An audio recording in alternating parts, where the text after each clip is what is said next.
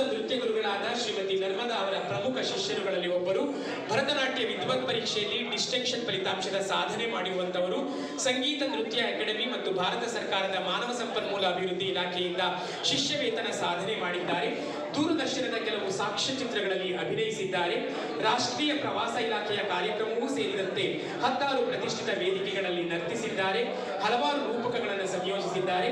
ತಮ್ಮ ನಿರಂತರ ನೃತ್ಯ ಸೇವೆಗಾಗಿ ಒಡಿಶಾದ international music and dance festival ನಲ್ಲಿ ನೃತ್ಯ ಶಿರೋಮಣಿ ಪುರಸ್ಕಾರ ಪಡೆದಿದ್ದಾರೆ.